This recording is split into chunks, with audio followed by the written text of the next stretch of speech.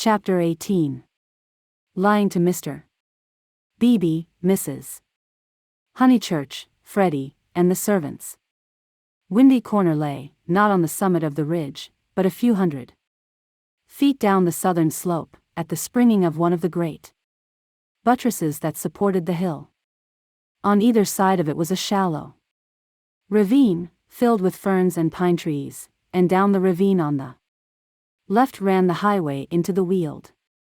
Whenever Mr. Beebe crossed the ridge and caught sight of these noble dispositions of the earth, and, poised in the middle of them, Windy Corner, he laughed. The situation was so glorious, the house so commonplace, not to say impertinent. The late Mr. Honeychurch had affected the cube, because it gave him the most accommodation for his money, and the only addition made by his widow had been a small turret, shaped like a rhinoceros horn, where she could sit in wet weather and watch the carts going up and down the road. So impertinent, and yet the house did, for it was the home of people who loved their surroundings. Honestly, other houses in the neighborhood had been built by expensive architects, over others their inmates had fidgeted sedulously, yet all these suggested the accidental, the temporary, while Windy Corner seemed as inevitable as an ugliness of nature's own creation. One might laugh at the house, but one never shuddered. Mr. Beebe was bicycling over this Monday afternoon with a piece of gossip he had heard from the Miss Allens. These admirable ladies, since they could not go to Sissy Villa, had changed their plans. They were going to Greece instead. Since Florence did my poor sister so much good, wrote Miss Catherine, we do not see why we should not try Athens this winter. Of course, Athens is a plunge, and the doctor has ordered her special digestive bread, but, after all, we can take that with us, and it is only getting first into a steamer and then into a train. But is there an English church? And the letter went on to say, I do not expect we shall go any further than Athens, but if you knew of a really comfortable pension at Constantinople, we should be so grateful. Lucy would enjoy this letter, and the smile with which Mr. Beebe greeted Windy Corner was partly for her. She would see the fun of it, and some of its beauty, for she must see some beauty. Though she was hopeless about pictures, and though she dressed so unevenly, oh, that cerise frock yesterday at church. She must see some beauty in life, or she could not play the piano as she did. He had a theory that musicians are incredibly complex, and know far less than other artists what they want and what they are, that they puzzle themselves as well as their friends, that their psychology is a modern development, and has not yet been understood. This theory, had he known it, had possibly just been illustrated by facts. Ignorant of the events of yesterday, he was only riding over to get some tea, to see his niece, and to observe whether Miss Honeychurch saw anything beautiful in the desire of two old ladies to visit Athens. A carriage was drawn up outside Windy Corner, and just as he caught sight of the house it started, bowled up the drive, and stopped abruptly when it reached the main road. Therefore it must be the horse, who always expected people to walk up the hill in case they tired him. The door opened obediently, and two men emerged, whom Mr. Beebe recognized as Cecil and Freddie. They were an odd couple to go driving, but he saw a trunk beside the coachman's legs. Cecil, who wore a bowler, must be going away, while Freddie, a cap, was seeing him to the station. They walked rapidly, taking the short cuts, and reached the summit while the carriage was still pursuing the windings of the road. They shook hands with the clergyman, but did not speak. So you're off for a minute, Mr. Vice? He asked. Cecil said, yes, while Freddie edged away. I was coming to show you this delightful letter from those friends of Miss Honeychurch. He quoted from it. Isn't it wonderful? Isn't it? Romance? Most certainly they will go to Constantinople. They are taken in a snare that cannot fail. They will end by going round the world. Cecil listened civilly, and said he was sure that Lucy would be amused and interested. Isn't romance capricious? I never notice it in you young people. You do nothing but play lawn tennis, and say that romance is dead, while the Miss Allens are struggling with all the weapons of propriety against the terrible thing. A really comfortable pension at Constantinople. So they call it out of decency, but in their hearts they want a pension. With magic windows opening on the foam of perilous seas in fairyland. Forlorn. No ordinary view will content the Miss Allens. They want the pension Keats. I'm awfully sorry to interrupt, Mr. Beebe, said Freddie, but have you any matches? I have, said Cecil, and it did not escape Mr. Beebe's notice that he spoke to the boy more kindly. You have never met these Miss Allens, have you, Mr. Vyse? Never. Then you don't see the wonder of this Greek visit. I haven't been to Greece myself, and don't mean to go, and I can't imagine any of my friends going. It is altogether too big for our little lot. Don't you think so? Italy is just about as much as we can manage. Italy is heroic, but Greece is godlike or devilish, I am not sure which, and in either case absolutely out of our suburban focus. All right, Freddie, I am not being clever, upon my word I am not. I took the idea from another fellow, and give me those matches when you've done with them. He lit a cigarette, and went on talking to the two young men. I was saying, if our poor little Cockney lives must have a background, let it be Italian. Big enough in all conscience. The ceiling of the Sistine Chapel for me. There the contrast is just as much as I can realize. But not the Parthenon, not the frieze of Phidias at any price, and here comes the Victoria. You're quite right, said Cecil. Greece is not for our little lot. And he got in. Freddie followed, nodding to the clergyman, whom he trusted not to be pulling one's leg, really. And before they had gone a dozen yards he jumped out, and came running back for Vyse's matchbox, which had not been returned. As he took it, he said, I'm so glad you only talked about books. Cecil's hard hit. Lucy won't marry him.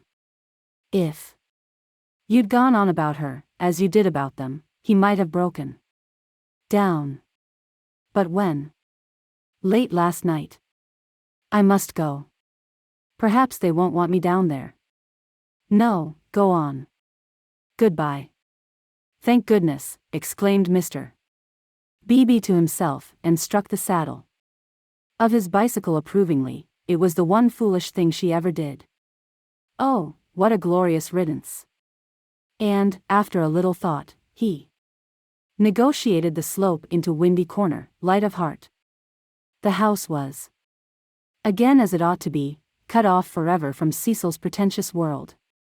He would find Miss Minnie down in the garden. In the drawing room Lucy was tinkling at a Mozart sonata. He hesitated a moment, but went down the garden as requested. There he found a mournful company. It was a blustering day, and the wind had taken and broken the dahlias. Mrs. Honeychurch, who looked cross, was tying them up, while Miss Bartlett, unsuitably dressed, impeded her with offers of assistance. At a little distance stood Minnie and the garden child, a minute importation, each holding either end of a long piece of base. Oh, how do you do, Mr. Beebe? Gracious, what a mess everything is. Look at my scarlet pom-poms, and the wind blowing your skirts about, and the ground so hard that not a prop will stick in, and then the carriage having to go out, when I had counted on having Powell, who, give everyone their due, does tie up dahlias properly. Evidently Mrs. Honeychurch was shattered. "How do you do?" said Miss Bartlett, with a meaning glance, as though conveying that more than dahlias had been broken off by the autumn gales. "Here, Lenny, the base," cried Mrs. Honeychurch. The garden child, who did not know what base was, stood rooted to the path with horror. Minnie slipped to her uncle and whispered that everyone was very disagreeable today, and that it was not her fault if dahlia strings would tear longways instead of across. "Come for a walk with me," he told her. "You have worried them as much as they can stand." Mrs. Honeychurch, I only called in aimlessly. "I shall take her up to tea at the Beehive Tavern, if I may." "Oh, must you?" "Yes, do." "Not the scissors, thank you, Charlotte, when both my hands are full already. I'm perfectly certain that the orange cactus will go before I can get to it." Mr.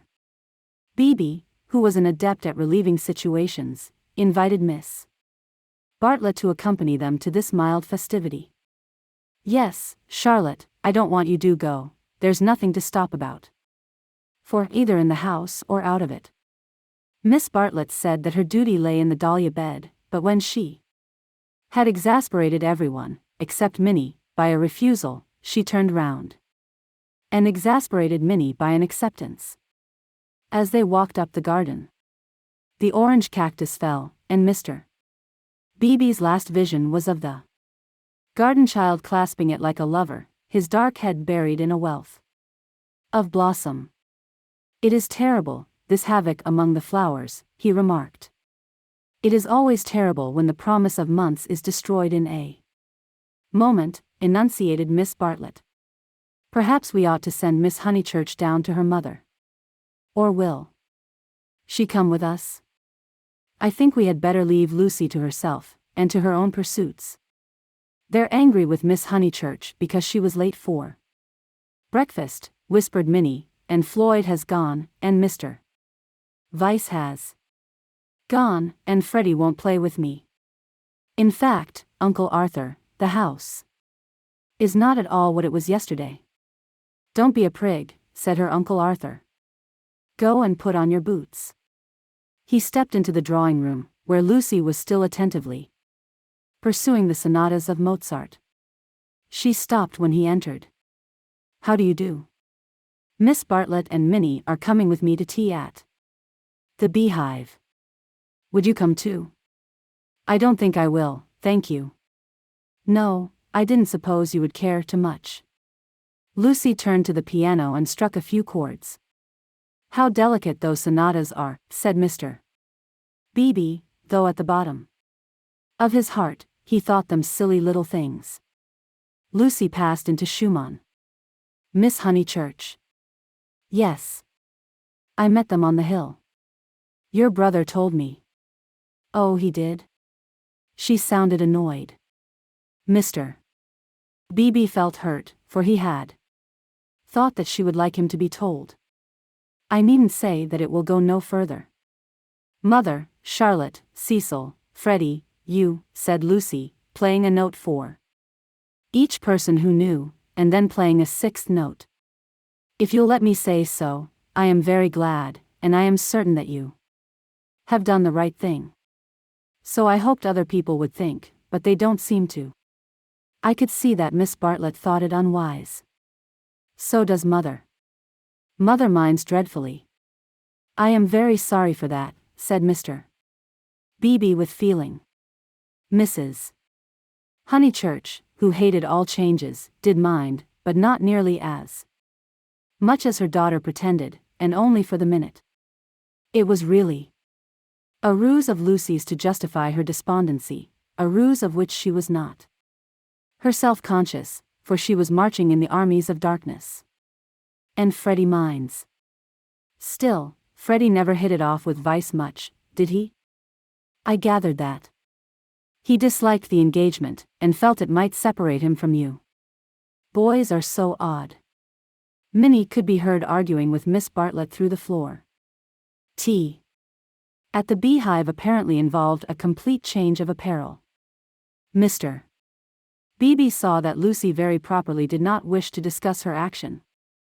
So after a sincere expression of sympathy, he said, I have had an absurd letter from Miss Allen. That was really what brought me over. I thought it might amuse you all. How delightful, said Lucy, in a dull voice. For the sake of something to do, he began to read her the letter. After a few words her eyes grew alert, and soon she interrupted him with, Going abroad? When do they start? Next week, I gather. Did Freddie say whether he was driving straight back? No, he didn't. Because I do hope he won't go gossiping. So she did want to talk about her broken engagement. Always complacent, he put the letter away. But she, at once exclaimed in a high voice, Oh, do tell me more about the Miss Allens. How perfectly splendid of them to go abroad.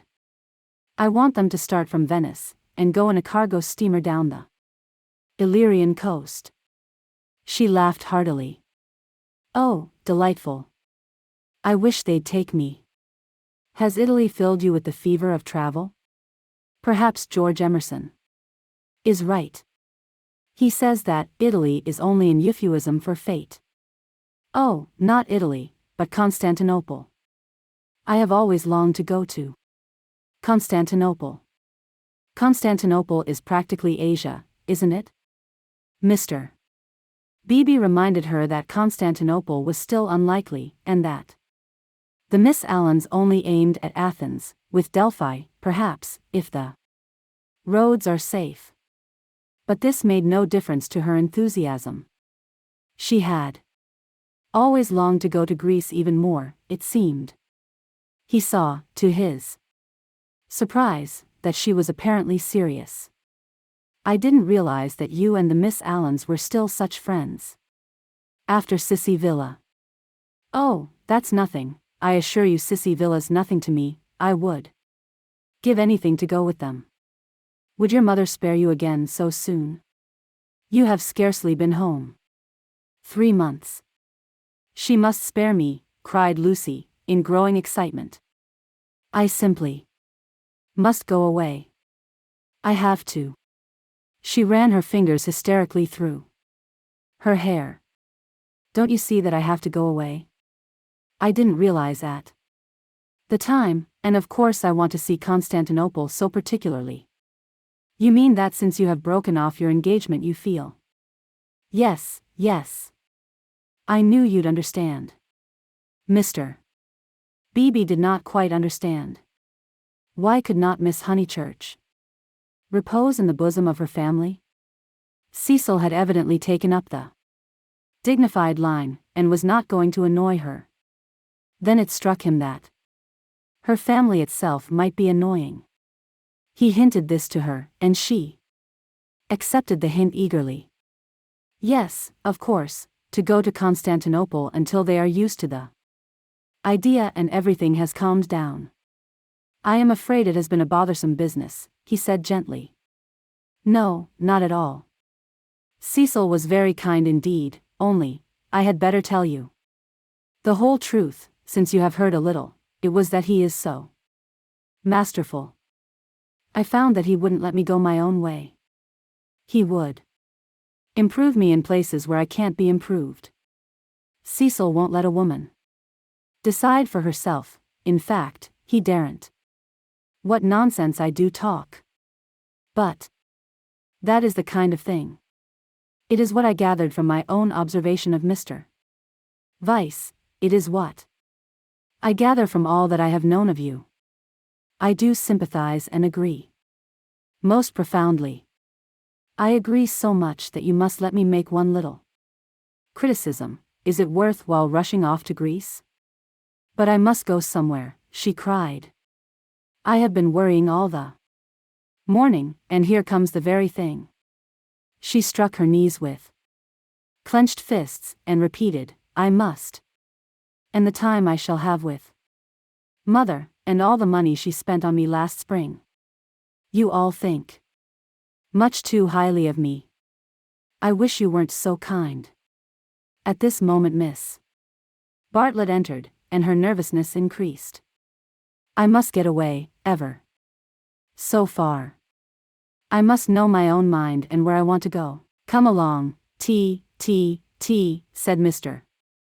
Beebe, and bustled his guests out of the front door. He hustled them so quickly that he forgot his hat. When he returned for it he heard, to his relief and surprise, the tinkling of a Mozart sonata. She is playing again, he said to Miss Bartlett. Lucy can always play, was the acid reply. One is very thankful that she has such a resource. She is evidently much worried, as, of course, she ought to be. I know all about it. The marriage was so near that it must have been a hard struggle before she could wind herself up to speak. Miss Bartlett gave a kind of wriggle, and he prepared for a discussion. He had never fathomed Miss Bartlett. As he had put it to himself at Florence, she might yet reveal depths of strangeness, if not of meaning. But she was so unsympathetic that she must be reliable. He assumed that much, and he had no hesitation in discussing Lucy with her. Minnie was fortunately collecting ferns. She opened the discussion with, we had much better let the matter drop. I wonder. It is of the highest importance that there should be no gossip in Summer Street. It would be death to gossip about Mr. Vice dismissal. At the present moment. Mr. Beebe raised his eyebrows. Death is a strong word, surely too strong. There was no question of tragedy. He said, of course, Miss Honeychurch will make the fact public in her own way, and when she chooses. Freddie only told me because he knew she would not mind. I know, said Miss Bartlett civilly. Yet Freddie ought not to have told even you. One cannot be too careful. Quite so. I do implore absolute secrecy. A chance word to a chattering friend. Exactly. He was used to these nervous old maids and to the exaggerated importance that they attach to words. A rector lives in a web of petty secrets and confidences and warnings, and the wiser he is, the less he will regard them. He will change the subject, as did Mr. Beebe, saying cheerfully, have you heard from any Bertolini people lately? I believe you keep up with Miss Lavish. It is odd how we of that pension, who seems such a fortuitous collection, have been working into one another's lives. 2, 3, 4, 6 of us, no. 8, I had forgotten the Emersons, have kept more or less in touch. We must really give the Signora a testimonial. And, Miss Bartlett not favoring the scheme, they walked up the hill in a silence which was only broken by the rector naming some fern. On the summit they paused. The sky had grown wilder since he stood there last hour, giving to the land a tragic greatness that is rare in Surrey. Gray clouds were charging across tissues of white, which stretched and shredded and tore slowly, until through their final layers there gleamed a hint of the disappearing blue. Summer was retreating. The wind roared, the trees groaned, yet the noise seemed insufficient for those vast operations in heaven. The weather was breaking up, broken, and it is a sense of the fit rather than of the supernatural that equipped such crises with the salvos of angelic artillery. Mr. Beebe's eyes rested on Windy Corner, where Lucy sat, practicing Mozart. No smile came to his lips, and, changing the subject again, he said, we shan't have rain, but we shall have darkness, so let us hurry on. The darkness last night was appalling. They reached the Beehive Tavern at about 5 o'clock. That amiable hostelry possesses a veranda, in which the young and the unwise do dearly love to sit, while guests of more mature years seek a pleasant sanded room, and have tea at a table comfortably. Mr. Beebe saw that Miss Bartlett would be cold if she sat out, and that Minnie would be dull if she sat in, so he proposed a division of forces. They would hand the child her food through the window. Thus he was incidentally enabled to discuss the fortunes of Lucy. "I have been thinking, Miss Bartlett," he said, "and, unless you very much object, I would like to reopen that discussion." She bowed. "Nothing about the past. I know little and care less about that. I am absolutely certain that it is to your cousin's credit.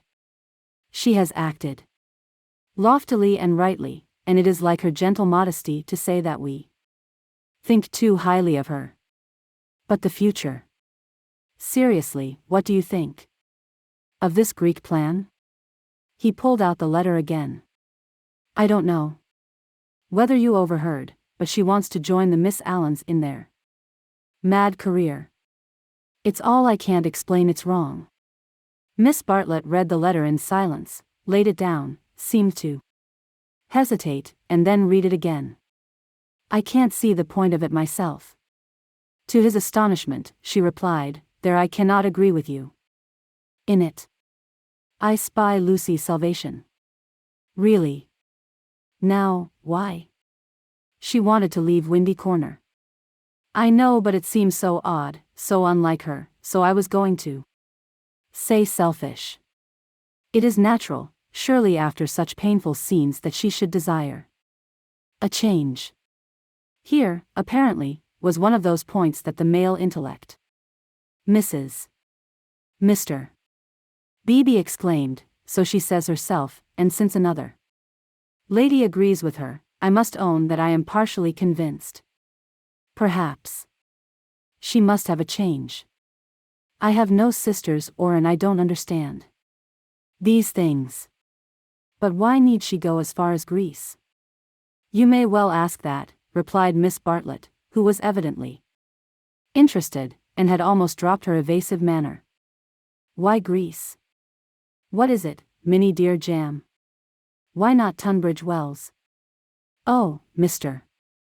Beebe, I had a long and most unsatisfactory interview with dear Lucy this morning. I cannot help her. I will say no more. Perhaps I have already said too much. I am not to talk. I wanted her to spend 6 months with me at Tunbridge Wells, and she refused." Mr. Beebe poked at a crumb with his knife. "But my feelings are of no importance. I know too well that I get on Lucy's nerves. Our tour was a failure. She wanted to leave Florence. And when we got to Rome, she did not want to be in Rome, and all the time I felt that I was spending her mother's money." "Let us keep to the future, though," interrupted Mr. Beebe. "I want your advice." "Very well," said Charlotte, with a choky abruptness that was new to him, though familiar to Lucy. "I for one will help her to go to Greece." "Will you?" Mr. Beebe considered.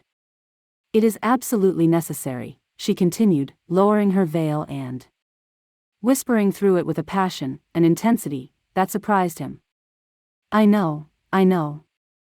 The darkness was coming on, and he felt that this odd woman really did know. She must not stop here a moment, and we must keep quiet till she goes. I trust that the servants know nothing afterwards, but I may have said too much already. Only, Lucy and I are helpless against Mrs. Honeychurch alone. If you help, we may succeed. Otherwise, she repeated as if the word held finality. Yes, I will help her, said the clergyman, setting his jaw firm. Come, let us go back now, and settle the whole thing up. Miss Bartlett burst into florid gratitude. The tavern sign, a beehive, trimmed evenly with bees, creaked in the wind outside as she thanked him. Mr. Beebe did not quite understand the situation, but then, he did not desire to understand it, nor to jump to the conclusion of another man that would have attracted a grosser mind. He only felt that Miss Bartlett knew of some vague influence from which the girl desired to be delivered, and which might well be clothed in the fleshly form. Its very vagueness spurred him into knight-errantry.